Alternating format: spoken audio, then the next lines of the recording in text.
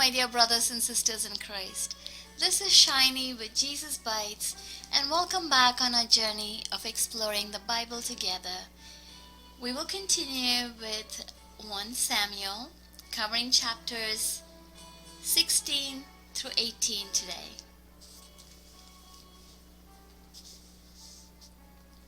Samuel anoints David. Chapter 16. The Lord said to Samuel, "How long are you going to mourn for Saul, since I have rejected him as king over Israel? Fill your horn with oil and go. I am sending you to Jesse of Bethlehem, because I have selected a king from his sons." Samuel asked, "How can I go? Saul will hear about it and kill me." The Lord answered, "Take a young cow with you and say, 'I have come to sacrifice to the Lord.'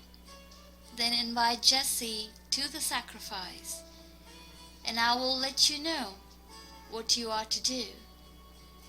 You are going to anoint for me the one I indicate to you." Samuel did what the Lord directed and went to Bethlehem.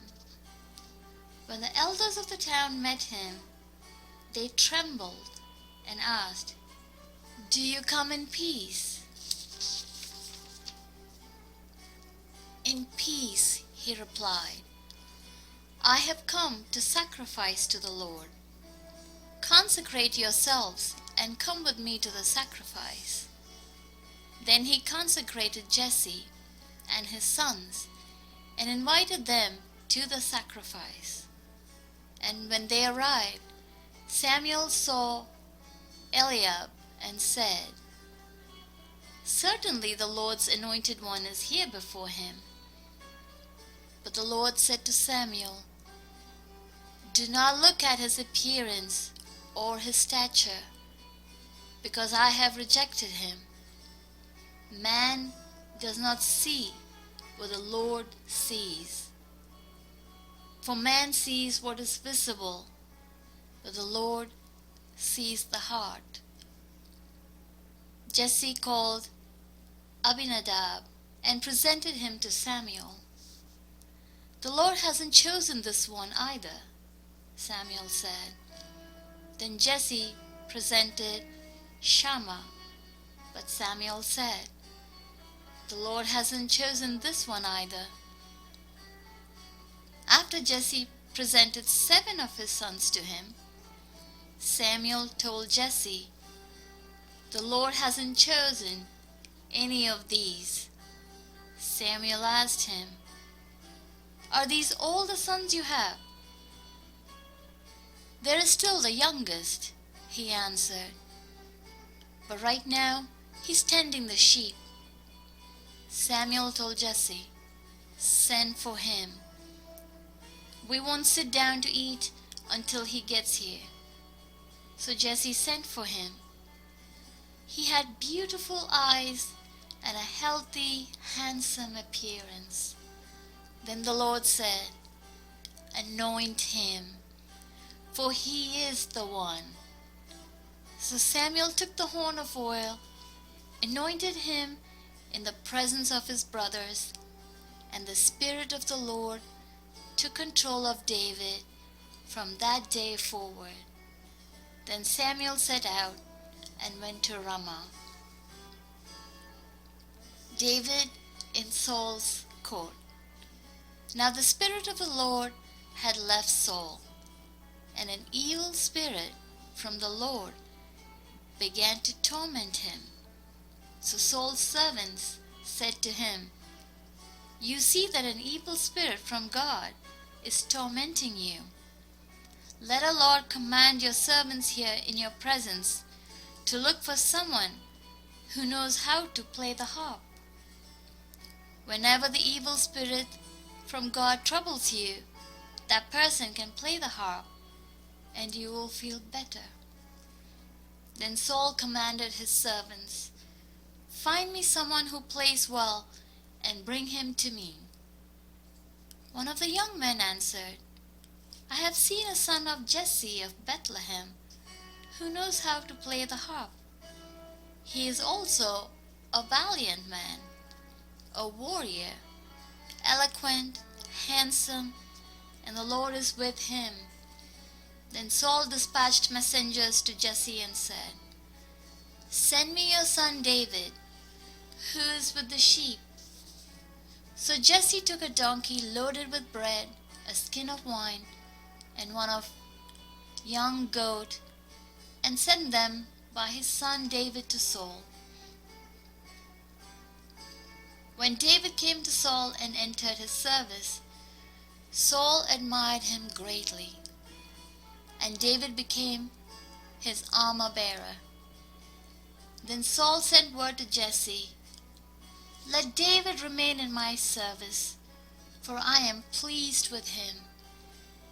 Wherever the Spirit from God troubled Saul, David would pick up his harp and play, and Saul would be then relieved, feel better, and the evil spirit would leave him.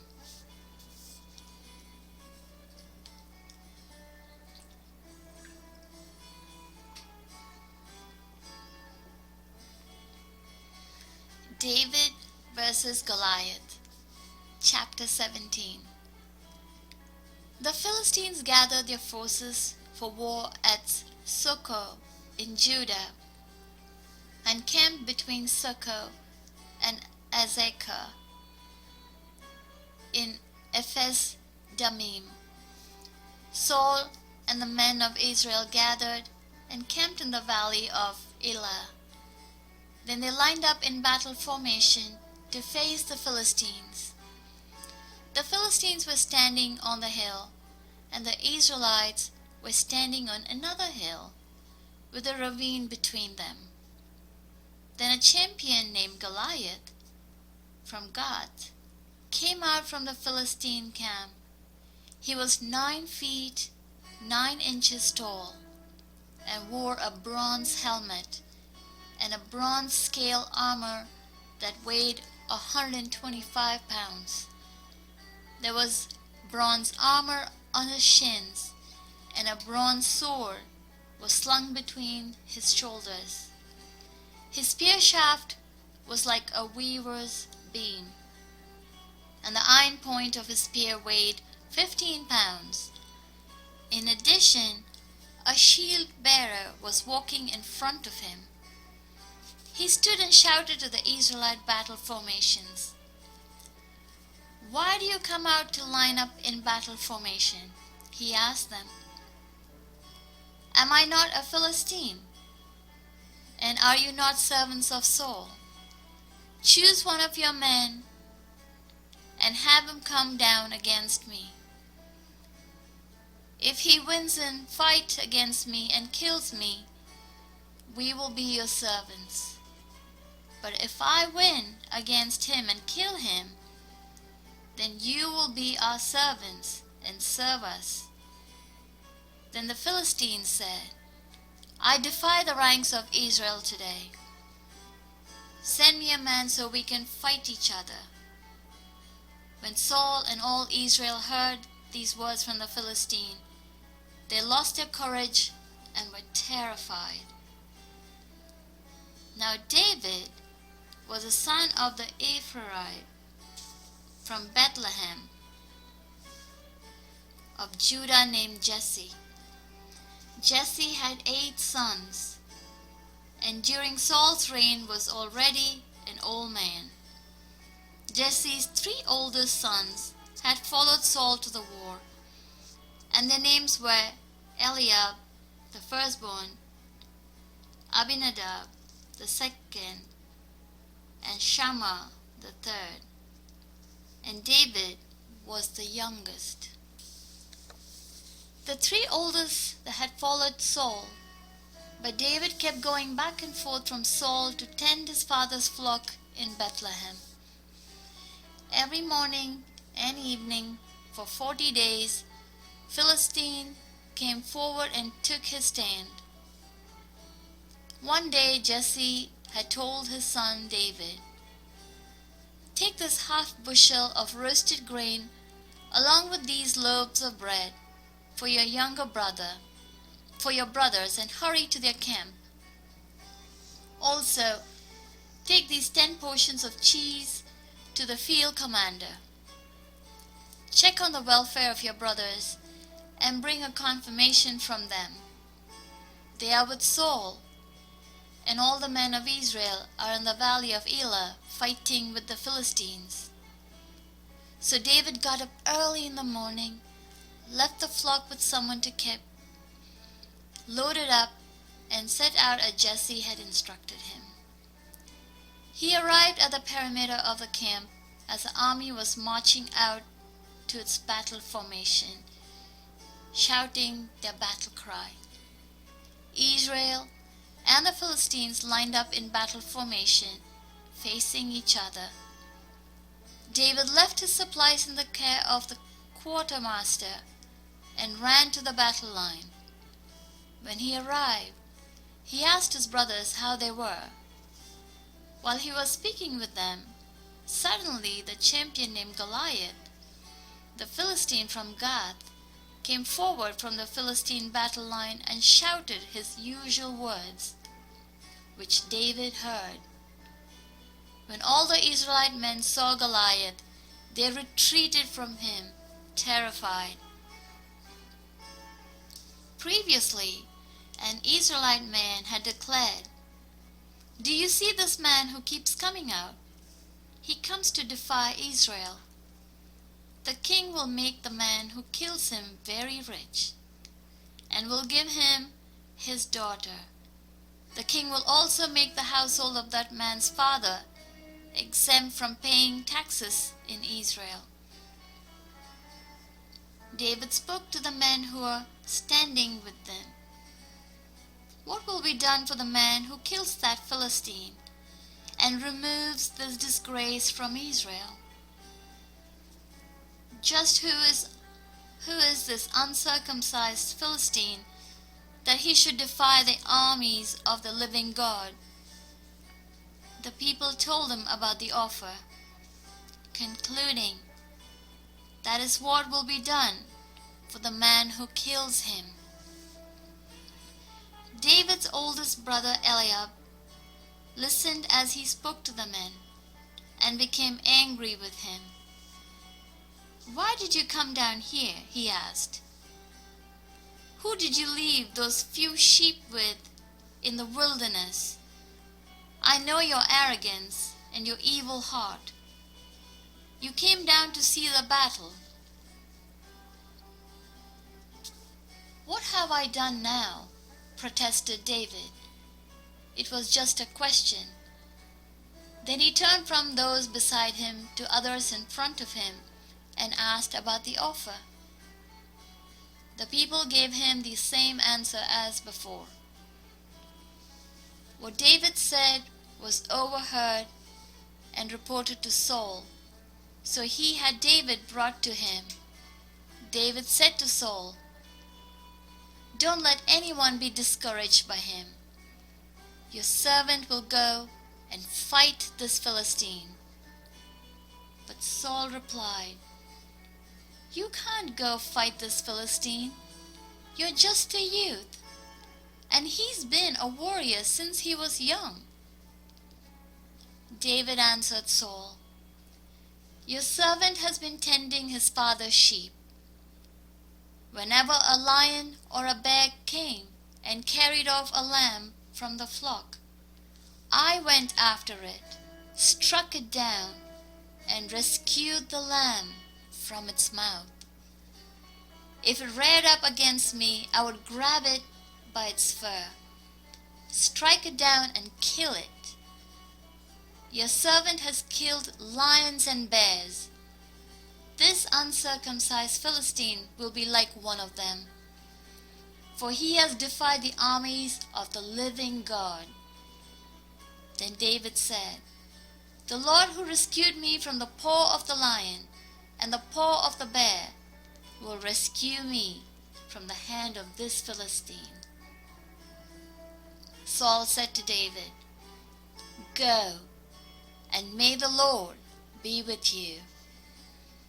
Then Saul had his own military clothes put on David. He put a bronze helmet on David's head and had him put on an armor. David strapped his sword on over the military clothes and tried to walk, but he was not used to them. "I can't walk in these," David said to Saul. "I'm not used to them." So David took them off. Instead, he took his staff in his hand and chose 5 smooth stones from the wadi and put them in the pouch in his shepherd's bag. Then, with a sling in his hand, he approached the Philistine. The Philistine came closer and closer to David, with a shield bearer in front of him. When the Philistine looked and saw David, he despised him because he was just a youth, healthy and handsome. He said to David, "Am I a dog that you come against me with sticks?" Then he cursed David by his gods. "Come here," the Philistine called to David, "and I'll give your flesh to the birds of the sky and the wild beasts." David said to the Philistine, "You come against me with a dagger, spear, and sword, but I come against you in the name of the Lord of hosts, the God of Israel's armies. You have defied him. Today the Lord will hand you over to me. Today I will strike you down, cut your head off, and give the corpses of the Philistines' camp to the birds of the sky and the creatures of the earth. Then all the world will know that Israel has a God. And this whole assembly will know that it's not by sword or by spear that the Lord saves, but the battle is the Lord's. He will hand you over to us."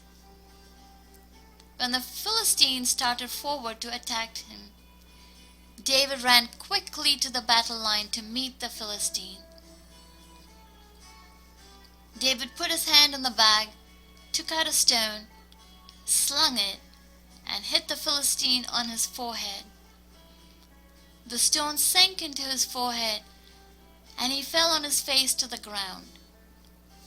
David defeated the Philistine with a sling and a stone. Even though David had no sword, he struck down the Philistine and killed him. David ran and stood over him. He grabbed the Philistine's sword, pulled it from the sheath, and used it to kill him. Then he cut off his head. When the Philistines saw that their hero was dead, they ran. The men of Israel and Judah rallied, shouting their battle cry, and chased the Philistines to the entrance of the valley and to the gates of Ekron. Philistine bodies were strewn all along the Shaaraim road to Gath and Ekron. When the Israelites returned from the pursuit of the Philistines, they plundered their camps. David took Goliath's head and brought it to Jerusalem, and he put Goliath's weapons in his own tent. When Saul had seen David going out to confront the Philistine, he asked Abner, the commander of the army, "Whose son is this youth, Abner?" "My king, as surely as you live, I don't know," Abner replied. The king said, "Find out whose son this young man is." When David returned from killing the Philistine, Abner took him and brought him before Saul with the Philistine's head still in his hand. Saul said to him, "Whose son are you, young man?" "The son of your servant Jesse of Bethlehem," David answered.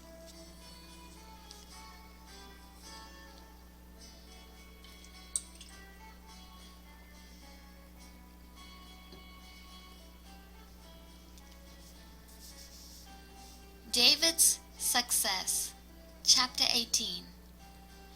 When David had finished speaking with Saul, Jonathan committed himself to David and loved him as much as he loved himself. Saul kept David with him from that day on and did not let him return to his father's house. Jonathan made a covenant with David because he loved him as much as himself.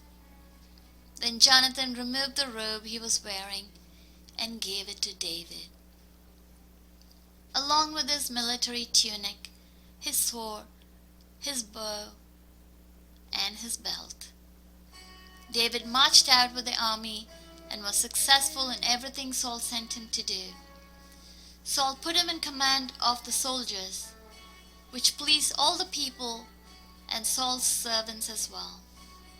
As David was returning from killing the Philistine, the women came out from all of the cities of Israel to meet King Saul, singing and dancing with tambourines, with shouts of joy, and with three-stringed instruments. As they celebrated, women sang, "Saul has killed his thousands, but David his tens of thousands." Saul was furious and resented this song. They credited tens of thousands to David. He complained, "But they only credited me with thousands. What more can he have but the kingdom?" So Saul watched David jealously from that day forward. Saul attempts to kill David. The next day, an evil spirit from God took control of Saul, and he began to rave inside the palace. David was playing the harp as usual, but Saul was holding a spear, and he threw it thinking, "I'll pin David on the wall."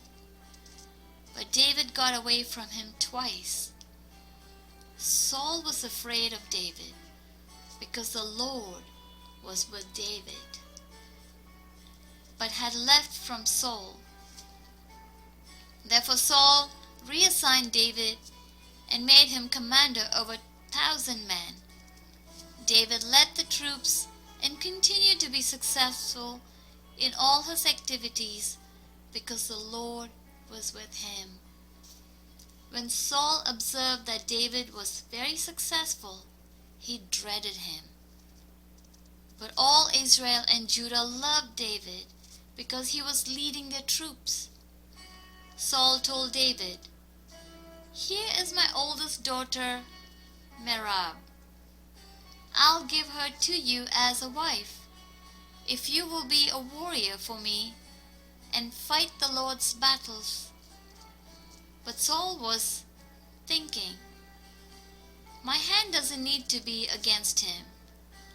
Let the hand of the Philistines be against him." Then David responded, "Who am I, and what is my family or my father's clan in Israel, that I should become the king's son-in-law?" When it was time to give Saul's daughter Merab to David, she was given to Adriel, the Meholathite, as a wife. David's marriage to Michal. Now Saul's daughter Michal loved David, and when it was reported to Saul, it pleased him. "I'll give her to him," Saul thought. "She'll be a trap for him, and the hand of the Philistines will be against him." So Saul said to David a second time, "You can now be my son-in-law." Saul then ordered his servants, "Speak to David in private and tell him, 'Look, The king is pleased with you, and all his servants love you. Therefore, you should become the king's son-in-law." Saul's servants reported these words directly to David, but he replied, "It is trivial in your sight to become the king's son-in-law. I am a poor man who is common." The servants reported back to Saul, "These are the words David spoke." Then Saul replied, "Say this to David, the king desires no other bride price except 100 Philistine foreskins to take revenge on his enemies." Actually, Saul intended to cause David's death at the hands of the Philistines. When the servants reported these terms to David, he was pleased to become the king's son-in-law. Before the wedding day arrived, David and his men went out and killed 200 Philistines. He brought their foreskins and presented them as full payment to the king to become his son-in-law. Then Saul gave his daughter Michal to David as his wife. Saul realized that the Lord was with David and that his daughter Michal loved him, and he became even more afraid of David. As a result, Saul was David's enemy from then on. Every time the Philistine commanders came out to fight, David was more successful than all of Saul's officers. So his name became very famous.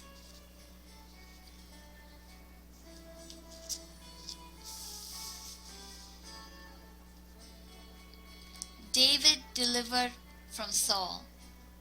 Chapter 19.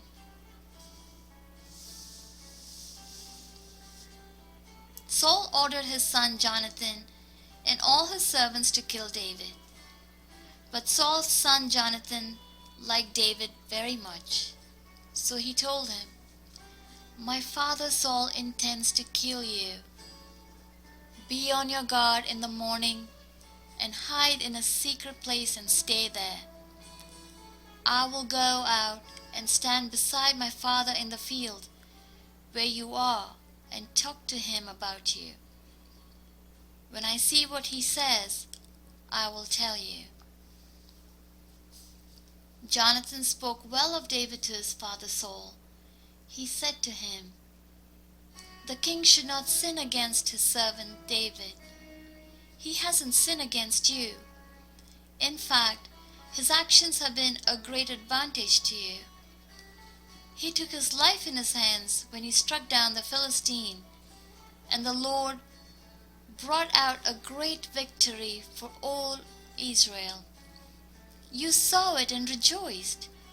So why would you sin against innocent blood by killing David for no reason?" Saul listened to Jonathan's advice and swore an oath, "As surely as the Lord lives, David will not be killed."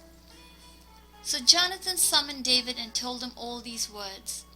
Then Jonathan brought David to Saul, and he served him as he did before. When war broke out again, David went out and fought against the Philistines. He defeated them with such a great force that they fled from him. Now an evil spirit from the Lord came on Saul as he was sitting in his palace, holding a spear. David was playing the harp, and Saul tried to pin David to the wall with the spear. As the spear struck the wall, David eluded Saul and escaped. That night he ran away. Saul sent agents to David's house to watch for him and kill him in the morning. But his wife Michal warned David, "If you don't escape tonight, you will be dead tomorrow." So she lowered David from the window, and he fled and escaped. Then Michal took the household idol and put it on the bed, placed some goat's hair on his head, and covered it with a garment. When Saul sent agents to seize David, Michal said, "He is sick." Saul sent the agents back to see David and said, "Bring him on his bed so I can kill him." When the messengers arrived, to their surprise, the household idol was on the bed with some goat's hair on his head. Saul asked Michal, "Why did you deceive me like this? You sent my enemy away, and he has escaped." She answered him, "He said to me, 'Let me go. Why should I kill you?'"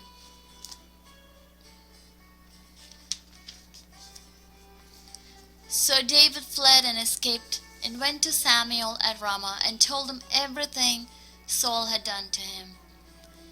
Then he and Samuel left and stayed at Naioth. When it was reported to Saul that David was at Naioth in Ramah, Saul sent agents to seize David.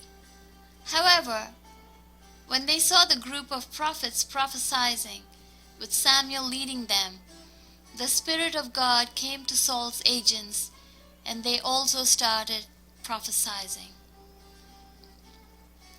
When they reported to Saul, he sent other agents, and they also began prophesying.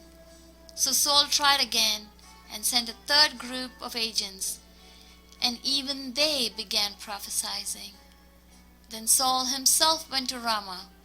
He came to the large cistern at Seku, looked around and asked, "Where are Samuel and David?"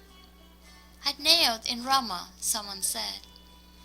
So he went to Naioth in Ramah. The Spirit of God also came on him, and as he walked along, he prophesied until he entered Naioth in Ramah. Saul then removed his clothes and also prophesied before Samuel. He collapsed and lay naked all that day and all that night. That is why they say, "Is Saul also among the prophets?" The word of the Lord. Have a blessed day. Ciao.